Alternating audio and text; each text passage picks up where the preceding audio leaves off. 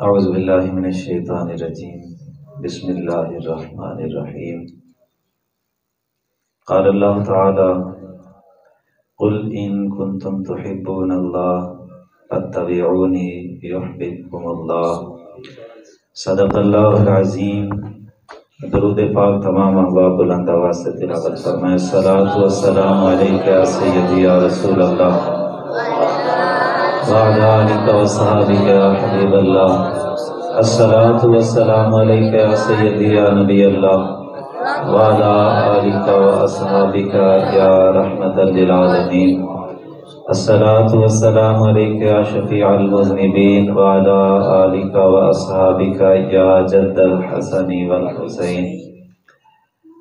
अजीज दोस्तों, थोड़ी देर की एक हाज़िरी होगी मुख्तसर सी। दुआ है अल्लाह ताला इस हाज़िरी को कबूल फरमा के दारैन की सआदतों का ज़रिया बनाए। अब आप तवज्जो फरमाएं, थोड़ी देर के लिए बातों से परहेज़ करें, ख़ुसूसन बच्चे। और हमें एक बीमारी ये भी है, एक बंदा बात करता है तो कोई 10 चुप करवाने वाले होते हैं, वो उससे ज़्यादा शोर हो जाता है। वो हकायत मेरे ज़हन में आ गई। 4 बंदे कहीं जा रहे थे सफ़र पे, रास्ते में नमाज का वक़्त हो गया तो उन्होंने कहा जी चलो नमाज पढ़ लें। एक बंदा इमामत करवाए और बाकी सारे मुक्तदी बने। 3 बंदे मुक्तदी और चौथा कौन है जी? एक बंदा मुसल्ला इमामत पे खड़ा हुआ, तीनों ने पीछे नमाज शुरू कर दी। को रास्ते से कोई एक और भी गुजर रहा था, उसने कहा चलो मैं भी जमात के साथ नमाज पढ़ लूं। वो भी वुज़ू वगैरह बना के तो आ गया। आके वो एक को पकड़ के ना कहने लगा कि नमीर कहा थे? वो कहता है दूजी। अब वो जो उसके साथ दूसरा खड़ा हुआ था वो कहता है वो नमाज से नहीं बोली था। तो जो उसके साथ खड़ा हुआ था ना वो कहता तुम ही तो बोले हैं ना। तो जो इमाम साहब आगे खड़े हुए थे, या अल्लाह तेरा शुक्र है मैं तो नहीं बोलिया। समझाना मकसूद ये है कि होता ही है कि एक बंदा बात करता है तो बाकी साथ ना वैसे ही शुरू हो जाते हैं कि शुक्र है अल्लाह दा मैं तो नहीं बोलिया।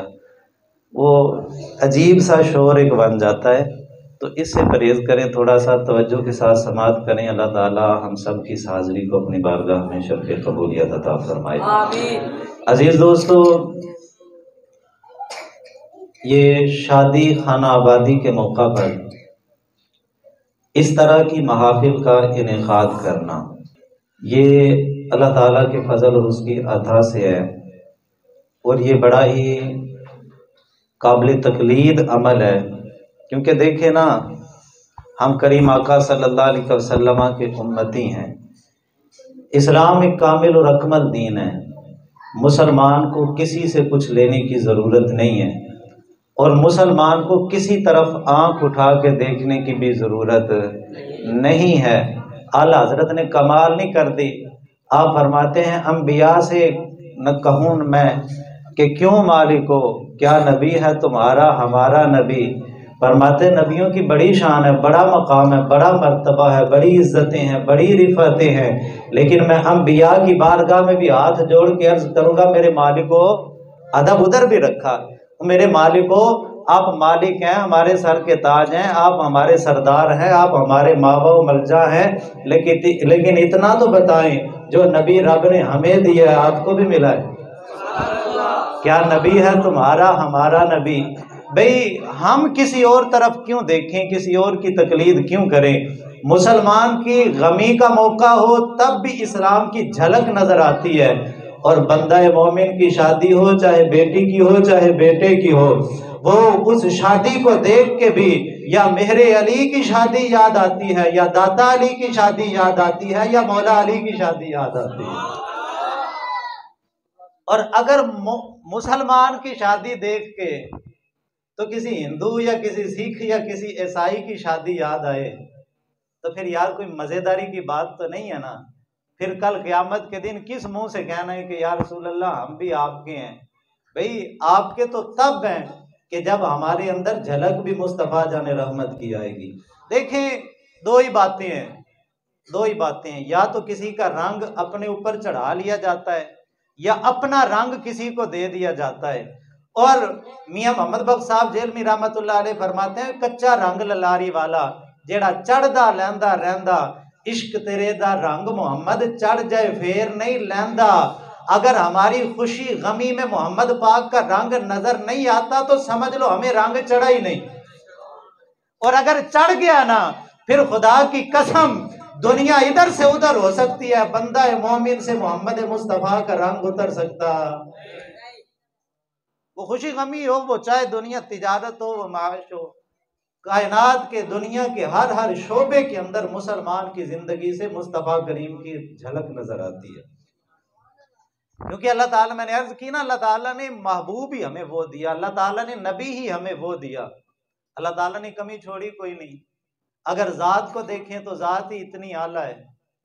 अभी कारी साहब शेर पढ़ रहे थे कि मुल लैंदी ना यूसफ नू, मुल आप ही विक जांदी, कि तक लैंदी जुलेखा जे एक बार मुहम्मद नू सल्लल्लाहु अलैहि वसल्लम।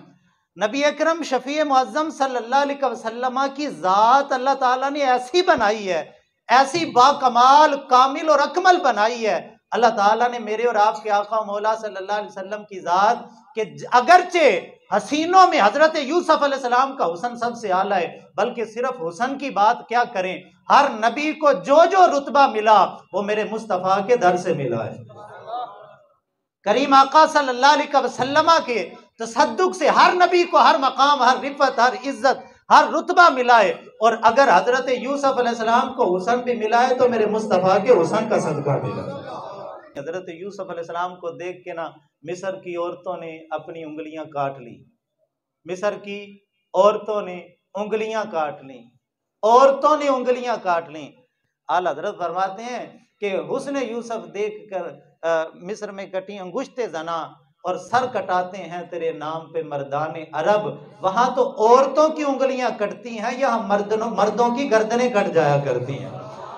अच्छा, अम्मा पाक ने बड़ी मजे की बात की। अम्मा पाक फरमाती हैं कि लोगों, हजरत यूसुफ अलैहिस्सलाम के हुस्न की मिसाल ही कोई नहीं। कायनात के अंदर अल्लाह ताला ने बड़ा सोना अपने नबियों में से हजरत यूसुफ अलैहिस्सलाम तस्लीम को पैदा फरमाया। और उलमा ने लिखा है कि हजरत यूसुफ अलैहिस्सलाम लुकमा हलक के अंदर डालते थे ना तो आपके गले से लुकमा उतरता हुआ नीचे नजर आता था। बड़ा सोना नबी, बड़ा खूबसूरत नबी हजरत यूसुफ अलैहिस्सलातु तस्लीम। और फारसी के शायर ने भी कहा, हुस्न यूसुफ दमे ईसा यद बैदादारी, आंच खूबा हमादारन तू तन्हादारी। सिर्फ हुस्न की बात नहीं, अल्लाह ताला ने जिस जिस नबी को जो जो कमाल अता किया है, सारे कमाल इकट्ठे करो, मेरे मुस्तफा की शान इससे भी ज्यादा है। मैं अम्मा बाग की बात कर रहा था, हजरत अम्मा आयशा सिद्दीका फरमाती हैं हजरत यूसुफ अलैहिस्सलाम को बड़ा हुस्न अल्लाह ने अता किया, लेकिन फरमाती हैं लोगों, हजरत यूसुफ अलैहिस्सलाम के हुस्न को देख के मिस्र की औरतों ने अपनी हाथ की उंगलियां काटी थी। फरमाया खुदा की कसम अगर मेरे महबूब को देख लेती तो अपना दिल ही निकाल के बाहर रख देती वहां उंगली। और फिर यहाँ ना एक सवाल उठता है कि जी वहां उंगलियां कटी और यहाँ दिल कट गया, यहाँ दिल की बात कर दी। और ये कोई फर्जी बातें नहीं है, सिर्फ जो है वो जज्बाती बात नहीं है कि जी शायराना कलाम है कि भाई वो कह दिया कि जी दिल का निकाल लेती। ये हकीकत है, मेरे नबी की तो उंगली उठे तो चांद भी दिल निकाल के कदमों में पेश कर देता। मेरे आका की तो सिर्फ उंगली का हुस्न देख के चांद भी दिल कदमों में रख देता है। और जिसने मेरे मुस्तफा के हुस्न की हकीकत को देखा है उन्होंने दिल निकाल के वाकई हुजूर के कदमों में रख दिया। अच्छा जी, वहां पे उंगलियां यहां पे दिल, क्यों जी? अब अगर जिस्म को देखे ना, इंसान के जिस्म की एक है मरकज और मरकज है दिल, इंसान के जिस्म का मरकज, और बाकी जो है ये इसकी शाखें हैं, उंगलियां, सर और ये बाल और हाथ पांव, ये शाखें हैं, और दिल मरकज है। मरकज दिल है, बाकी अज्जा, बाकी आज़ा जो है ये शाखें हैं। और मेरे भाई मरकज हुस्न मेरे मुस्तफ़ा की ज़ात है, और बाकी जितने नबी हैं ना वो इस हुस्न की शाखें हैं। कायनात में जिसको जो हुस्न मिला है वो मुस्तफ़ा करीम के हुस्न की शाखें हैं। अगर शाखे हुस्न को देखें तो उंगलियां कटती हैं, अगर मरकज़े हुस्न को देखें तो वहां पे अपने जिस्म का मरकज दिल निकल के हाथों में आ जाया करता है, क्योंकि वो मरकज इधर मरकज दिल है, जिस्म का मरकज दिल। दोस्तों, असल में जो बात जिस समत लाना चाहता हूँ, अल्लाह ताला ने हमें जो दीन दिया उसमें भी कमी नहीं, अल्लाह ताला ने जो नबी दिया उसमें भी कमी नहीं, अल्लाह ने जो कुरान दिया उसमें भी कमी कोई नहीं। एक कामिल, अकमल और मुकम्मल ज़ाब्ता हयात इस्लाम की सूरत में हमारे पास मौजूद है। आज के दौर में हमारी मिसाल वो बुजुर्गों ने दी है कि एक भंगी चला गया था अत्तारों के बाजार के अंदर, और बाजार में जाके वो बेचारा बेहोश होकर गिर पड़ा। अब वो अत्तारों ने बड़ी कोशिश की कोई आला से आला खुशबू उसको सुंघाएं और शायद इसकी तबीयत में कुछ अफाका आ जाए, लेकिन बड़ी कीमती से कीमती खुशबू भी उसके नाक के करीब करते ना उसकी तड़प में, उसकी बेचैनी में, उसके इज़्तिराब में इजाफा हो जाता है, उसकी बेचैनी कम नहीं होती। और वो उनकी तो कोशिश थी कोई आला से आला खुशबू ऐसी होगी जो इसके दिमाग को मुअत्तर करेगी और शायद ये होश में आ जाए, शायद इसकी बेचैनी कम हो जाए, शायद इसके जिस्म का इज़्तिराब खत्म हो जाए। लेकिन किसी खुशबू से उसके दिल का इज़्तिराब और उसके जिस्म की बेचैनी खत्म नहीं हुई। वहीं से एक बंदा गुजर रहा था, उसने एक रुमाल पकड़ा, आके उस बंदे के नाक के करीब रखा, वो छलांग लगा के उठा और उठ के दौड़ता हुआ उस बाजार से बाहर निकल गया। अब वो अत्तार दुकानदार कहने लगे यार बता तो सही कि तूने ऐसी कौन सी चीज सुंघाई है, हमने तो बड़े से बड़े कीमती अतर भी सुंघाए लेकिन इसको होश नहीं आया, इसकी बेचैनी बढ़ती गई, इसका इज़्तिराब बढ़ता गया, इसकी तड़प में इजाफा हुआ, इसकी बीमारी कम नहीं हुई। तूने क्या सुंघाया है कि जिसकी वजह से इसकी बीमारी यकदम खत्म हो गई और ये सुकून के अंदर आ गया। वो कहने लगा यार छोड़ो, राज ही रहने दो, जरूर पूछना है। लेकिन वो जिद करके कहने लगे नहीं बता तो सही। रुमाल पकड़ के छीन के जब खोल के देखा तो अंदर गलाजत थी, गटर की गंदगी थी।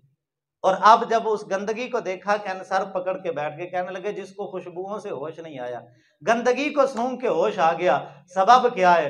वो कहने लगा असल मैं इसकी हकीकत को जानता हूँ कि ये पला बड़ा है गंदगी के अंदर, ये बैठता भी गलाजत के अंदर है, ये उठता भी गलाजत के अंदर है, इसके घर के अंदर भी गलाजत की बदबू है, गलाजत की बदबू इसके हर जिस्म के रग रग के अंदर सरायत कर चुकी है।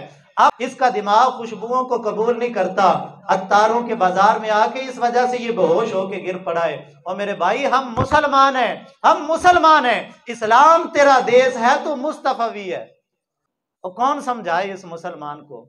आज 3-3 घंटे की फिल्म पे हमारा नौजवान एक कदम भी आगे पीछे नहीं हिलाता, और बेहयाई और फहाशी की बातें हों वहां हम जो है वो हजूम के हजूम लगे रहते हैं, लेकिन कुरान खोल के बैठ जाएं तो 10 मिनट पढ़ा नहीं जाता। नाते मुस्तफ़ा की बात आए तो हर बंदे को शर्म और हया आती है। जो डांस करते हुए जो नहीं हिचकिचाता वो रसूलुल्लाह की नात पढ़ते हुए शर्म महसूस करता है। और मेरे भाई तो मुसलमान था, तुझे शर्म इन बातों से नहीं आनी चाहिए थी, तुझे शर्म इस बात से आनी चाहिए थी कि अगर कोई बुरी हरकत कर ली कर रसूलुल्लाह की बारगाह में क्या जवाब देना। नबी पाक सल्लल्लाहु अलैहि वसल्लम के एक साहबी हजरत अखवत बिन जुबैर रदी अल्लाह ताला, इन्होंने अभी इस्लाम कबूल नहीं किया।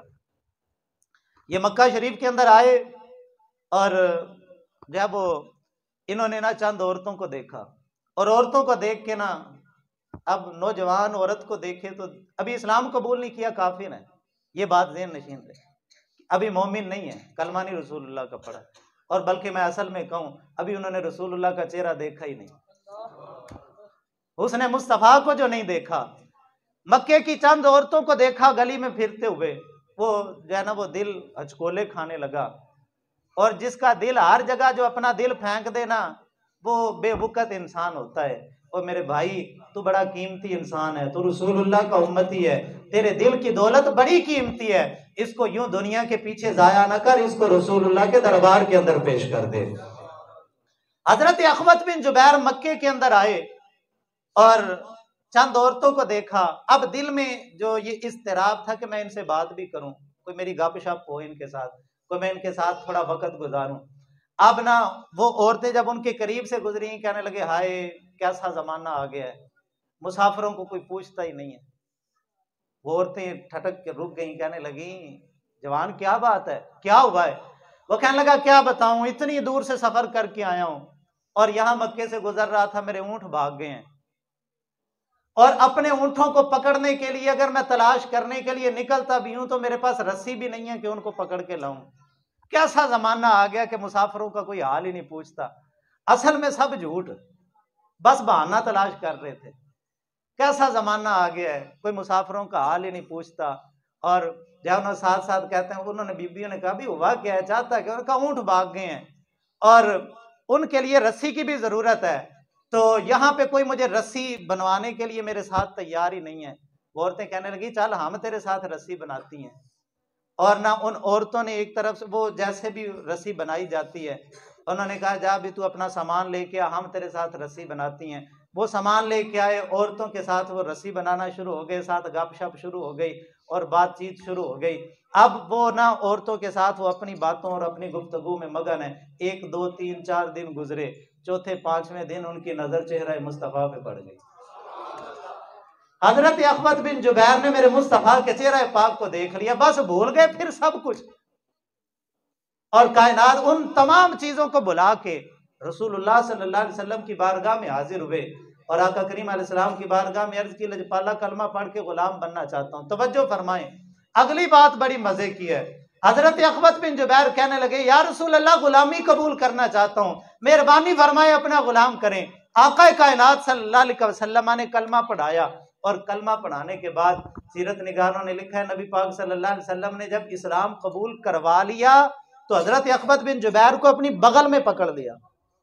यह मोहब्बत का अंदाज था नबी पाक, जैसे ऐसे यारों को नहीं लोग अपनी बगल के अंदर ले लेते। करीम आका सल्लल्लाहु अलैहि वसल्लम ने हजरत अखबत बिन जुबैर को अपने बाजू के नीचे पकड़ा और बाजू के नीचे उनकी गर्दन को जरा सख्ती के साथ दबा के ना कहने लगे सुना फिर तेरे जो ऊंट भाग गए थे और तेरे उन ऊंट भागे हुए ऊंटों का क्या बना? तो अर्ज करने लगे लजपाला तब भागे थे जब कलमा नहीं पड़ा था, या जब आपको नहीं देखा था तब भागे थे। आका अब आपको देख लिया, अब ऊंट नहीं भागेंगे, अब मैं ही आपके दर का कैदी होके रह गया।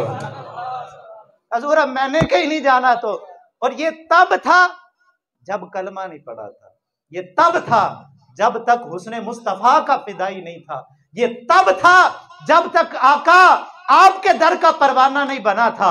अब कलमा आपका पढ़ लिया है, अब किसी गैर की तरफ मेरी निगाह नहीं जा सकती। अब जब भी निगाह उठेगी मोहम्मद मुस्तफा के चेहरे पे उठेगी। भाई ये कैसा गुलाम है नबी पाक सल्लल्लाहु अलैहि वसल्लम का, जो दाएं बाएं भी देखता है, जो आगे पीछे भी देखता है, जिसकी नजर हर वक्त भटकती रहती है। और हजरत अखबत बिन जुबैर की ये बात ना हमें कुछ सिखाती भी है। वो ये भी बता रही है कि ना महरम पे नजर तब तक पड़ती रही जब तक रसूलुल्लाह का गुलाम नहीं बना। जब गुलामी कबूल कर लिया उसके बाद ना महरम पे नजर।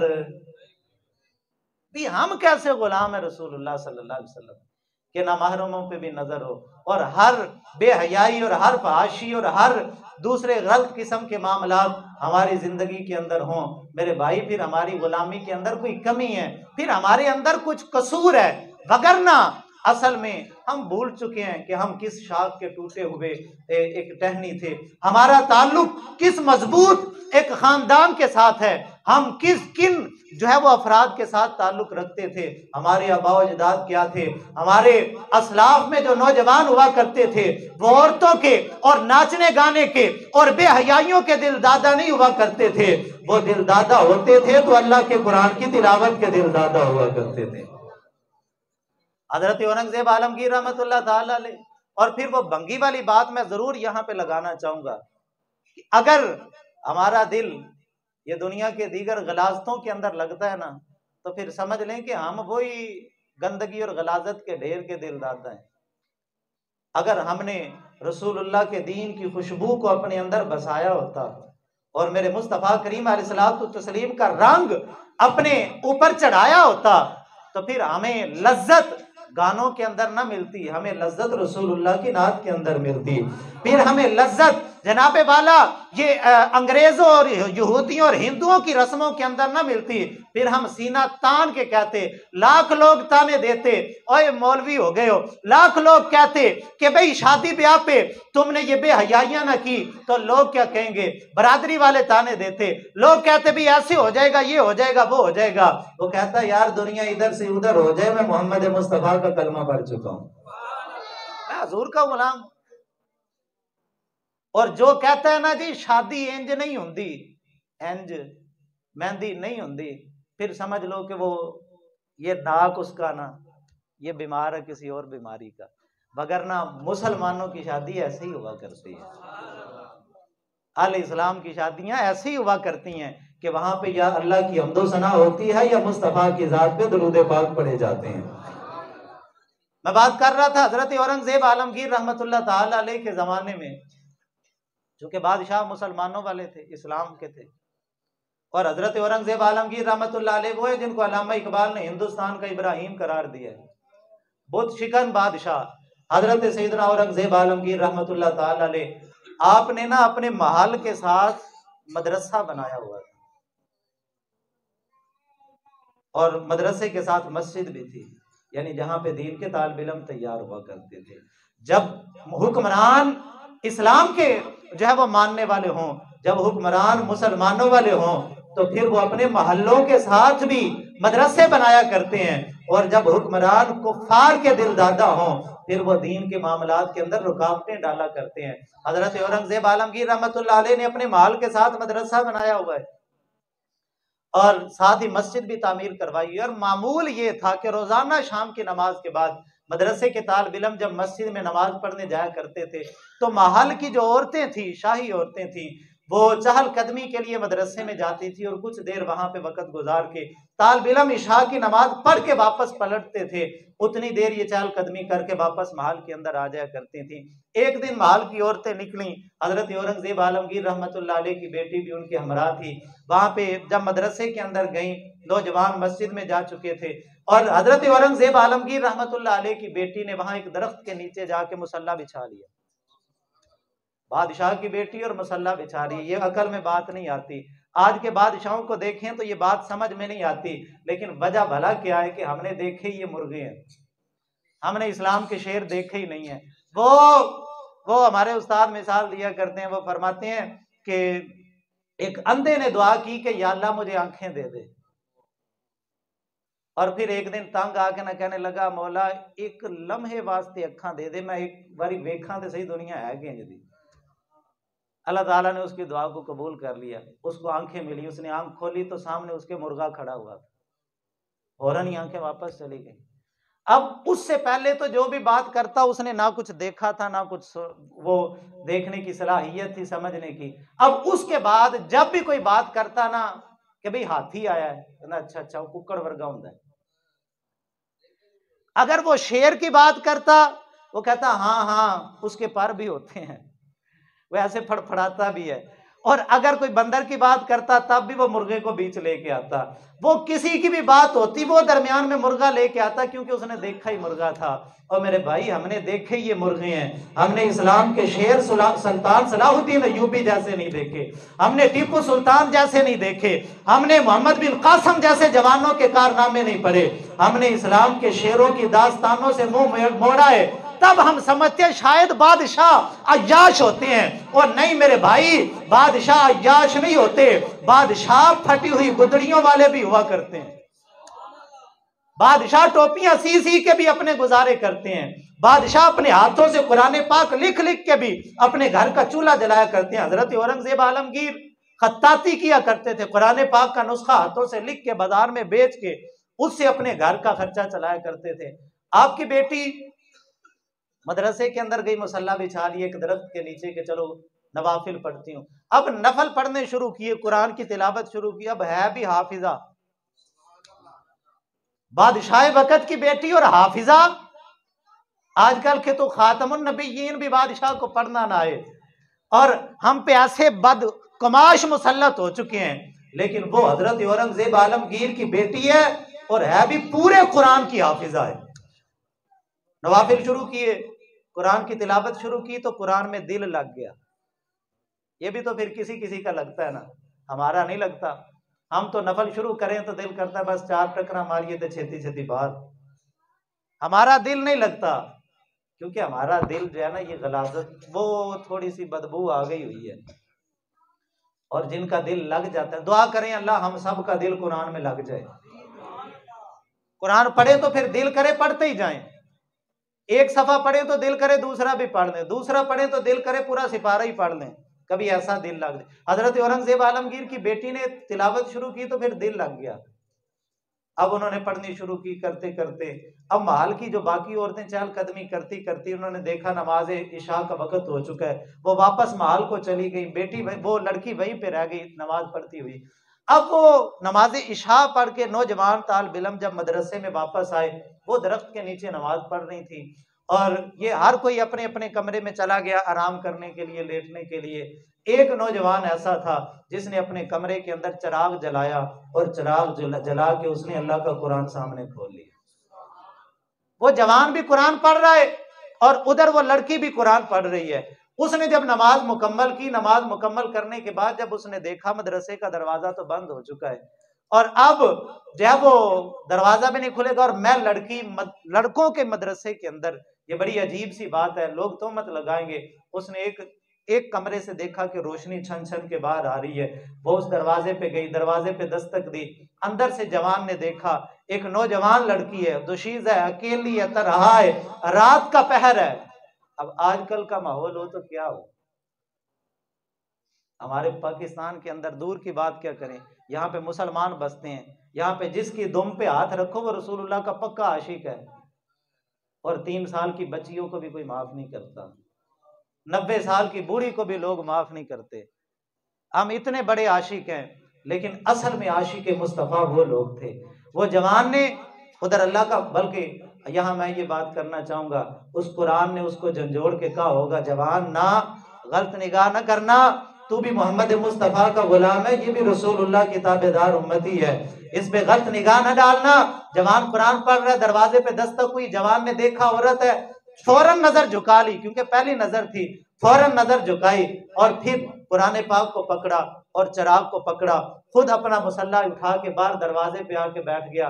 लड़की को कहा कि तू अंदर चली जा, वो अंदर गई, जाके लेट गई और सारी रात वहां पे सोई रही। अब नौजवान, उसने चिराग जलाया हुआ है, उलमा ने लिखा कि उसने पहले एक उंगली चिराग की लो के ऊपर रखी, पूरी उंगली जल गई, उसने दूसरी रखी वो भी जल गई, तीसरी रखी वो भी जल गई, चौथी रखी वो भी जल गई, पूरा हाथ जल गया आग के ऊपर। और इतनी देर में सुबह हो गई। उस नौजवान ने हाथ पे कपड़ा लपेटा और नमाज पढ़ने के लिए चला गया। वो लड़की उठी और वापस जब अपने महल की तरफ जाने लगी, महल में शोर मच गया कि भाई बादशाह की बेटी पता नहीं रात किधर गुजार के आई है। अब बादशाह भी गैरतमंद थे, आज के बादशाहों जैसे तो नहीं थे कि लड़कियां जिधर मर्जी जो चाहे करती फिरें, किसी की गैरत को परवाह नहीं है। और मेरे मुस्तफा करीम अलैहिस्सलाम ने फरमाया, जिसको अपनी माँ बहन बेटी की गैरत नहीं आती वो कभी जन्नत की खुशबू भी। हजरत औरंगजेब आलमगीर भी जलाल में आगे कहने लगे, मैं जो मेरे घर से मेरी इज्जत पे जिसने हरफ आने दिया, मैं इसका सर तन से जुदा कर दूंगा। तो बेटी कहने लगी अब्बा जी मेरा सर तन से जुदा कर दें, लेकिन मैंने कोई गलत हरकत नहीं की। वो कहने लगा तुझे तेरी गवाही कौन देगा? तो वो लड़की कहने लगी, मेरी गवाही मदरसे का फलां तालिब इल्म देगा, मेरी पाक दामनी की गवाही वो देगा। उसने कहा बुलाओ उसको।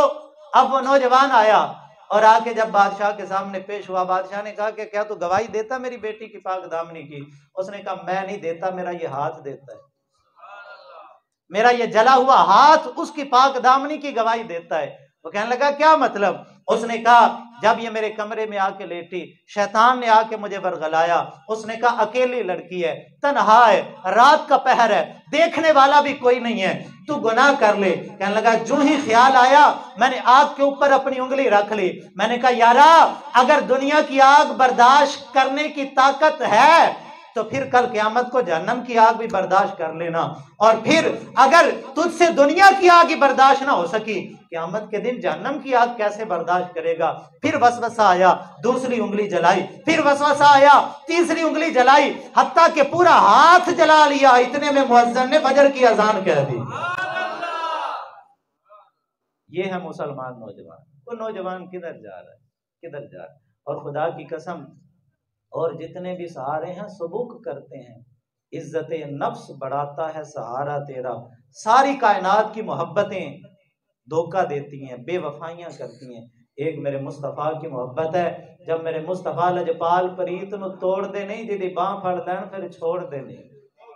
मैंने पहले भी बार ये वाकया अर्ज किया हुआ है, बस ये वाकया अर्ज करके मैं अपनी गुफ्तगू मुकम्मल कर रहा हूँ।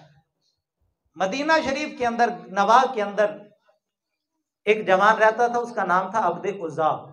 बचपन में बाप का इंतकाल हो गया, चाचे ने पाला, चाचा बड़ा मालदार था, उसने अपनी जमीनों का मालिक उसको दे दिया, अपनी विरासत में से हिस्सा दिया, वो जवान भी बड़ा मालदार हो गया।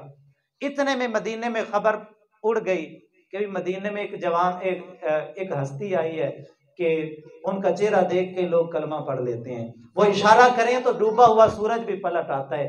ये मशहूर हो गई इर्द गिर्द बातें, उनके गांव तक भी बात पहुंची। अब्दे उज़्ज़ा का बड़ा दिल किया कि मैं भी रसूलुल्लाह की गुलामी कबूल करूं, लेकिन चाचा कहता कि नहीं, कलमा नहीं पढ़ना। वक्त गुजरता गया, मक्का फतह हो गया। मक्का फतह होने के बाद ना अब्दे उज़्ज़ा अपने चाचे के पास गया, चाचा कलमा पढ़ ले। चाचे ने कहा नहीं भतीजे नहीं पढ़ना। मैंने कहा चाचा तू पढ़ना पढ़, नहीं पढ़ना ना पढ़, मैं तो पढ़ने लगा, मैं तो गुलामी कबूल करने लगा। चाचा ने कहा भतीजे जो कुछ तेरे पास है सारा मेरा है, वापस ले लूंगा। उसने कहा चाचा सब कुछ ले ले, मुझे कुछ नहीं चाहिए, मुझे रसूलुल्लाह के दर की फकीरी जरूरी है, वहां के टुकड़े ही बर्दाश्त हैं। चाचा ने कहा अच्छा फिर वापस कर सब कुछ, सब कुछ जेबें खाली की। चाचा ने कहा जो लिबास पहना हुआ है ये भी मेरा है, लिबास भी जिस्म का उतरवा लिया। वो अपनी माँ के पास गया, माँ जब पैदा हुआ था तब भी बरहना था, आज फिर बरहना हो गया हूँ, मुझे लिबास दे। माँ ने एक कंबल दिया, उसके दो टुकड़े किए, एक कंबल, एक टुकड़े से उसने तहबंद बनाया, दूसरा टुकड़ा उसने कंबल का जिस्म के ऊपर ओढ़ा। और वो जवान जिसने सारी जिंदगी बादशाहों की तरह, शहजादों की तरह गुजारी थी, आज कंबल के दो टुकड़े लेके रसूलुल्लाह की बारगाह के अंदर हाजिर होता। सारी रात मस्जिद नबी में गुजारी, सुबह नमाज फजर का वक्त हुआ, नबी पाक सल्लल्लाहु अलैहि वसल्लम ने इमामत करवाई और नमाज की तकमील के बाद नबी पाक सल्लल्लाहु अलैहि वसल्लम ने सारे मजमे पे नजर दौड़ाई। एक बंदा नया था, हुजूर ने फरमाया जरा मेरे करीब आ। जवान करीब हुआ, नबी पाक सल्लल्लाहु अलैहि वसल्लम ने फरमाया तेरा नाम क्या है? कहने लगा जी हुजूर मेरा नाम अब्दे उज़्ज़ा है। फरमाया नहीं, तेरा नाम अब्दुल्ला है, अब्दे उज़्ज़ा नहीं, तेरा नाम अब्दुल्ला है। और फिर उसने कहा हुजूर मुझे कलमा पढ़ाए, मैं दायरा इस्लाम में दाखिल होना चाहता हूँ। नबी पाक सल्लल्लाहु अलैहि वसल्लम की गुलामी कबूल की और नबी पाक सल्लल्लाहु अलैहि वसल्लम ने उनको लक़ब दिया ज़ुल बजादैन, दो कंबलों वाला जवान। और हुजूर इतनी मोहब्बत करते थे, इतनी मोहब्बत करते थे। एक दिन हजरत उमर रज़ी अल्लाह ताला अन्हु हुजूर की बारगाह में हाजिर हुए, या रसूल अल्लाह ये देहाती आ गया है मस्जिद नबी में, इतनी बुलंद आवाज से कुरान पढ़ता है कि हुजूर हमें भी नहीं पढ़ने देता। नबी पाक सल्लल्लाहु अलैहि वसल्लम ने फरमाया उमर ना, उसको ना रोको, उसने हमारे लिए बड़ी तकलीफ बर्दाश्त की, वो शहजादों वाली जिंदगी छोड़ के हमारे दर पे आया है। मेरे भाई मैंने क्या छोड़ा है, आपने क्या छोड़ा है? मैं तो जनाबे वाला, मैं फिर वही बात करना चाहूंगा कि हम तो अपनी शादी पे रसूलुल्लाह की शरीयत मुतहरा का लिहाज नहीं रख सकते।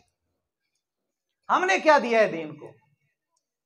हमारे सामने तो बहन आ जाती है, कभी चाचा आ जाता है, कभी ताया आ जाता है, कभी मामा आ जाता है। उसने अपने चाचे की दौलत को ठोकर मार के रसूलुल्लाह के दर की फकीरी को इख्तियार किया।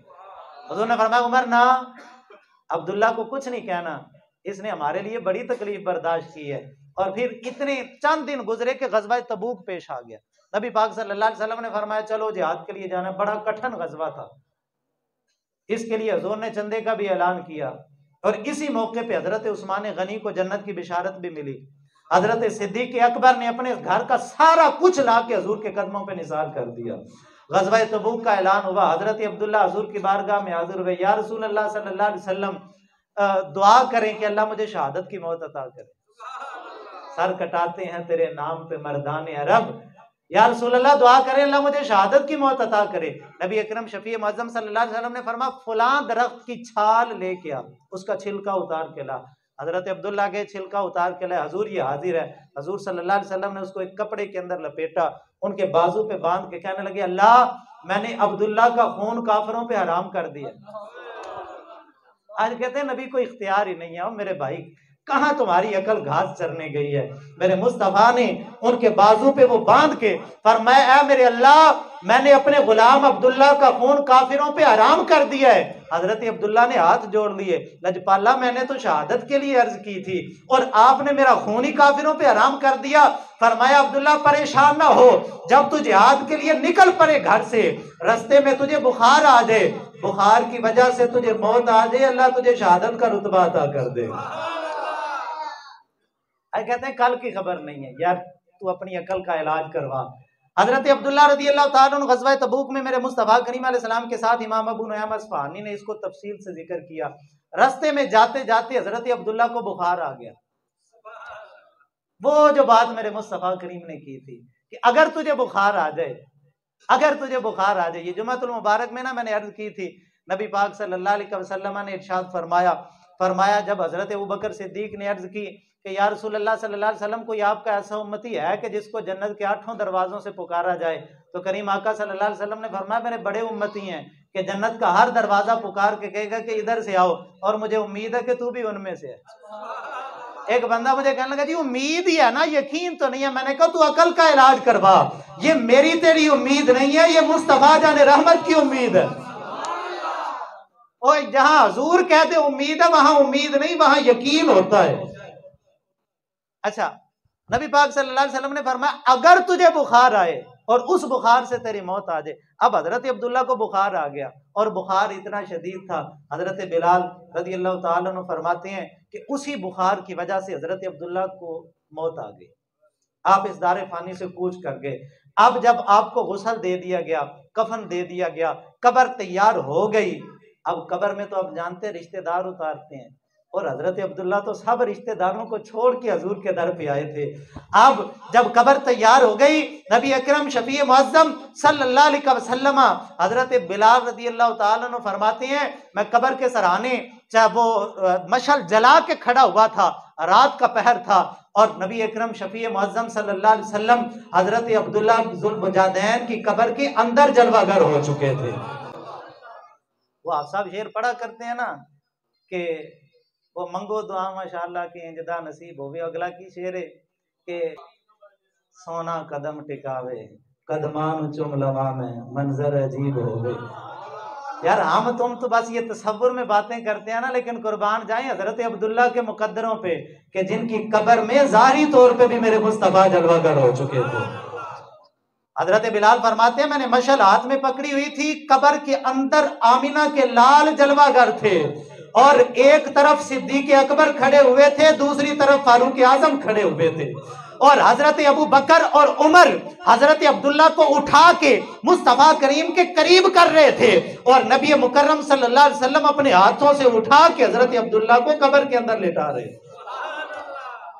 हजरत अब्दुल्ला बिन मसूद इस रवायत को जिक्र करने के बाद फरमाते, काश काश कि वो मेरी कब्र होती। अरे आज तो मैं भी कहता हूँ काश वो मेरी कब्र होती। हर उम्मती ये तड़पता है, काश वो मेरी कब्र होती कि जिसको लिटाने के लिए कब्र के अंदर खुद आमिना के लाल जलवागर होते। और फिर याद रखें ये कोई मुश्किल बात नहीं है कि मोहम्मद से वफात होने तो हम तेरे हैं, ये जहां चीज है क्या लोह कलम तेरे हैं। कोई ये ना सोचे कि भाई उस वक्त हजूर आ गए थे कब्र में, और भाई हजूर आज भी आ सकते हैं। सैयद दीदार अली शाह साहब जब गाजी इलमदीन शहीद की नमाज जनाजा पढ़ाने के लिए मुसल्ले पे खड़े हुए तो बेहोश होके गिर पड़े। जब होश आया, लोगों ने पूछा, शाह जी बेहोश होने की वजह क्या है? फरमाया, सारी जिंदगी गुजर गई हदीसें पढ़ाते पढ़ाते, लेकिन आज तक सैयदजादा हूं, मुस्तफा करीम की जियारत नहीं हो सकी, लेकिन इल्म दीन तेरे मुकद्दरों पे कुर्बान जाए, आज इल्म दीन का जनाजा पढ़ाने आया हूं। आमिना के लाल अकेले नहीं आए, अपने यारों को साथ लेके आ गए।